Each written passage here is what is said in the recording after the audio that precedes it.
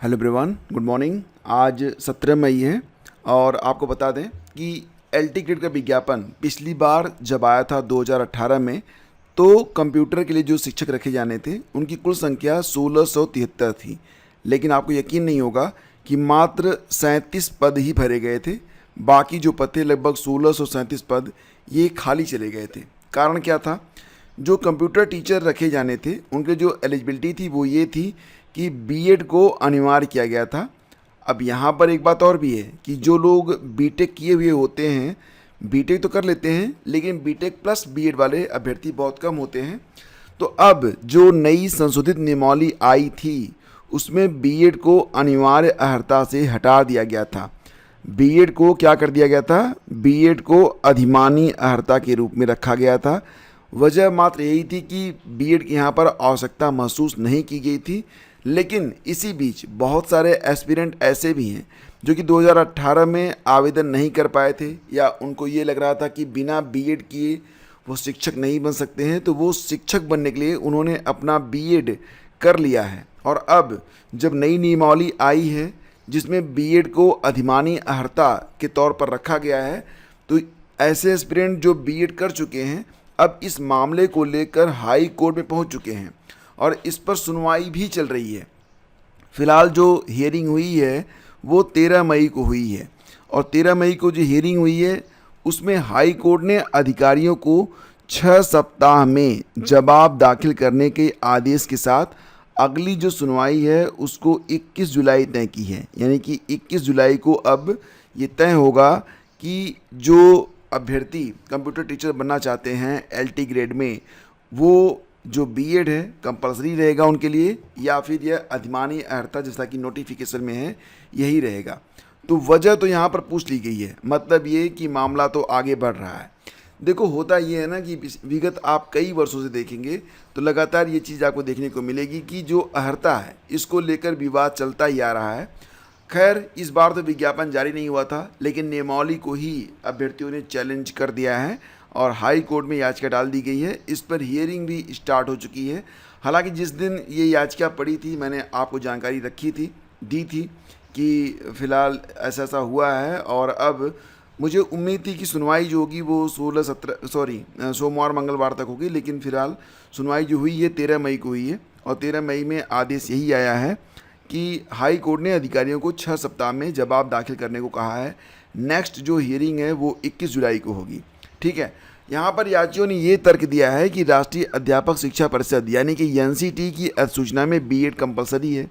ऐसे में सहायक अध्यापक भर्ती में मनमाने तरीके से अधिमानी अर्हता इसे घोषित नहीं किया जा सकता है।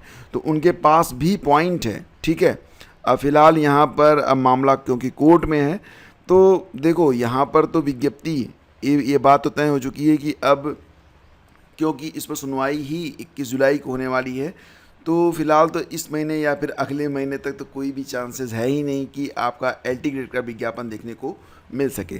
फिलहाल अभ्यर्थी तो ये भी मांग कर रहे हैं कि जो पीजीटी में लागू किया गया है बीएड, उसको भी अभी फ़िलहाल उसका भी विरोध चल रहा है।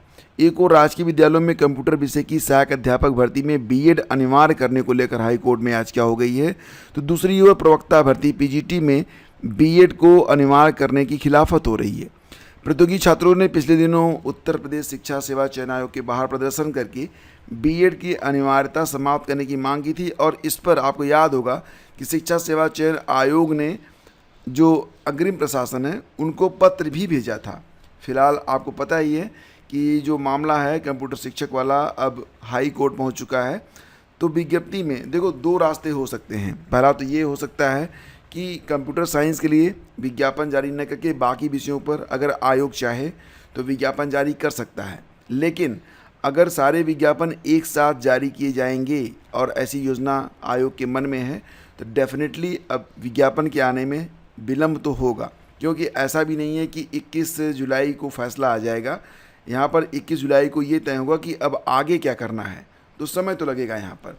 वहीं पर असिस्टेंट प्रोफेसर हिंदी के प्रश्नों पर आपत्ति, आयोग पर किया प्रदर्शन। आपको पता है विज्ञापन संख्या 51 के अंतर्गत जो क्वेश्चन पेपर बनाया गया था, क्वेश्चन पेपर को लेकर जो एस्पिरेंट हैं वो संतुष्ट नहीं हैं। उनका ये कहना है कि फ़िलहाल 10 इकाई में जारी हिंदी के पाठ्यक्रम को नज़रअंदाज करके महज एकाधिक इकाई से ही अधिकांश प्रश्न जो हैं वो पूछे गए हैं।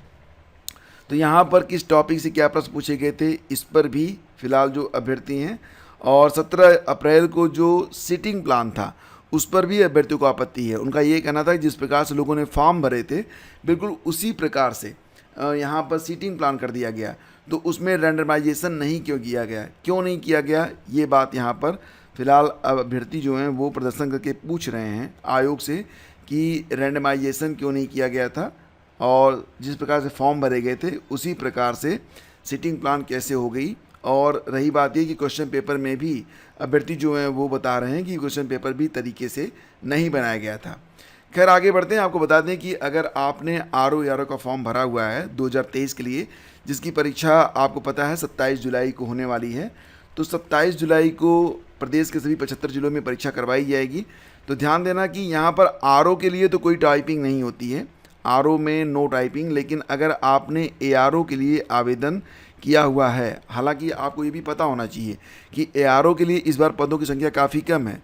कुल मिला के जो 411 पद हैं RO और ARO दोनों को जोड़कर, तो RO में देखेंगे ना तो यहाँ पर 334 पद हैं। 334 पद जो हैं वो RO के हैं, बाकी बहुत कम पद बचे हुए हैं जो कि ARO को मिल रहे हैं। लेकिन ARO में क्या होता है, ARO में टाइपिंग टेस्ट होता है, और टाइपिंग टेस्ट में अभी तक क्या होता था कि कृति देव से ही टाइपिंग करवाई जाती थी। लेकिन अब यहाँ पर जो मंगल फॉन्ट है, मंगल फॉन्ट इंस्क्रिप्ट, ये भी अब शामिल कर लिया गया है, नोटिस जारी हो चुकी है। तो जो लोग भी मंगल फॉन्ट इंस्क्रिप्ट को जानते हैं उनके लिए तो ये बहुत राहत भरी खबर है, क्योंकि मंगल फॉन्ट और कृति देव दोनों में टाइप करने में बहुत अंतर होता है, और ज़रूरी नहीं कि जो कृति देव कर लें वो मंगल पर टाइपिंग कर लें, जो मंगल सीखे हैं वो कृति देव पर कर लें। तो दोनों फॉन्ट अब उपलब्ध रहेंगे, इसके बारे में जानकारी यहाँ पर उपलब्ध कराई गई है। और हालांकि इस बार पदों की संख्या भले ही 411 आपको दिख रही हो, लेकिन आवेदक भी 11 लाख के आसपास हैं। तो ऐसा भी नहीं है कि, और दिन प्रतिदिन जो पेपर का पैटर्न है, जो प्रश्न पूछे जा रहे हैं वो काफ़ी टफ होते जा रहे हैं। तो आपको तैयारी तो अभी से करनी पड़ेगी, कोई ऑप्शन नहीं है इसके अलावा।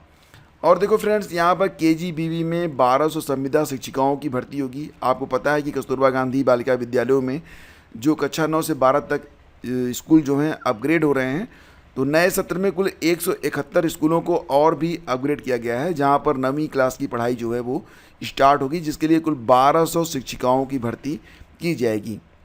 यहाँ पर जो भर्तियाँ होंगी वो TGT और PGT लेवल पर भी होंगी, और जो आपको सैलरी मिलेगी वो लगभग 22,000 रुपये के आसपास मिलने वाली है। ठीक है, अब सैलरी नहीं होता है, ये मानदेय होता है, लेकिन 22,000 रुपये के आसपास मानदेय दिया जाएगा। इसके अलावा देखेंगे तो क्लासरूम, लैब और हॉस्टल बन रहे हैं, तो यहाँ पर भी भर्तियाँ की जाएंगी। अगर देखा जाए तो physics, chemistry, math, computer, biology, Hindi और अंग्रेजी के लिए एक एक संविदा पर कॉन्ट्रैक्ट बेस पर शिक्षिकाएँ रखी जाएंगी। समग्र शिक्षा के उप निदेशक डॉक्टर मुकेश सिंह ने बताया कि PGT लेक्चरर के लिए 22,000 रुपये और प्रिंसिपल को 30,000 रुपये मानदेय जो है निर्धारित किया गया है। तो फिलहाल अभी भर्ती प्रक्रिया स्टार्ट कब से हो रही है, तो प्रक्रिया जो है स्टार्ट कर दी गई है, ताकि जुलाई में नए सत्र में पठन पाठन नियमित तरीके से किया जा सके। और आपको पता है ना कि जो है इसके लिए जो विज्ञापन आएंगे वो शीघ्र ही न्यूज़पेपर में आने स्टार्ट हो जाएंगे, और यहाँ पर कोई भी परीक्षा नहीं होती है, डायरेक्ट आपका इंटरव्यू होता है और आपको जॉब मिल जाती है। तो फिलहाल धीरे धीरे ये भर्तियां आती रहेंगी, आपको इस चैनल पर जानकारी मिलती रहेगी। तो KGBV में 1200 संविदा शिक्षिकाओं की भर्ती होने वाली है। अब एलिजिबिलिटी क्या रहती है, सेम जैसे कि रहती है UP, TGT और PGT में, बिल्कुल वही एलिजिबिलिटी और योग्यता यहाँ पर मांगी जाती है। ठीक है, UP बोर्ड की इम्प्रूवमेंट और कंपार्टमेंट परीक्षा के लिए जो आवेदन हैं ये 19 मई से स्टार्ट हो रहे हैं, और आवेदन आप upmsp.edu.in पर जाकर कर पाएंगे। तो फिलहाल ये जो प्रक्रिया है 19 मई से स्टार्ट हो रही है, और इस बार बहुत बड़ी संख्या है। हाई स्कूल में तो लगभग 2,81,000 ऐसे बच्चे हैं जो कि इम्प्रूवमेंट के लिए एलिजिबल हैं। यानी कि इम्प्रूवमेंट कौन देगा, इम्प्रूवमेंट परीक्षा के लिए तहत जो परीक्षार्थी हैं अपने अनुत्तीर्ण हुए एक विषय, और कंपार्टमेंट परीक्षा के लिए परीक्षार्थी अपने अनुत्तीर्ण हुए 2 विषयों से किसी एक विषय की परीक्षा में शामिल हो सकते हैं। परीक्षा शुल्क रहेगा 256 रुपये। ठीक है, आगे बढ़ते हैं और आपको बता दें कि इलाहाबाद विश्वविद्यालय में पीजी प्रवेश परीक्षा 10 जून से शुरू होगी। आवेदन जो है वो 20 मई तक बढ़ा दिए गए हैं और पीजी प्रवेश में इस बार CUT स्कोर को लागू नहीं किया गया है, तो ये जानकारी यहाँ पर उपलब्ध कराई गई है। फिलहाल 20 मई तक अभ्यर्थी जो हैं वो ऑनलाइन आवेदन कर सकते हैं। कल इस बात की संभावना जो थी वो अखबारों में थी कि डेट बढ़ सकती है, क्योंकि अभी तक रजिस्ट्रेशन ज़्यादा हुए नहीं थे। फिलहाल डेट जो है वो बढ़ चुकी है। जो अभ्यर्थी रजिस्ट्रेशन करना चाहते हैं वो www.ALLDUNIV.AC.in पर जाकर PGAT 2025 का जो लिंक है उस पर क्लिक करके आवेदन कर सकते हैं। ठीक है, और ये खबर, खैर इस पर डिस्कस हम लोग बाद में करेंगे। वोडाफोन आइडिया की हालत बहुत ख़राब है और अगर सरकार से सहायता नहीं मिलती है तो वोडाफोन आइडिया कह रहा है कि वो 2025-26 के बाद परिचालन नहीं कर पाएगा, यानी कि ये कंपनी बंद होने जा रही है। खैर इस पर एक विस्तृत चर्चा करेंगे लेकिन एक अलग वीडियो में। आज्ञा दीजिए, फिलहाल ये थे आज के सारे headlines. Thank you so much for watching the video and joining to us. Telegram channel को अगर आपने ज्वाइन नहीं किया है तो प्लीज़ ज्वाइन कर लीजिएगा, लिंक आपको डिस्क्रिप्शन और पहले कमेंट में मिल जाएगा। ये सेशन आपको पसंद आया फ्रेंड्स तो इसे लाइक और शेयर जरूर कीजिएगा। धन्यवाद।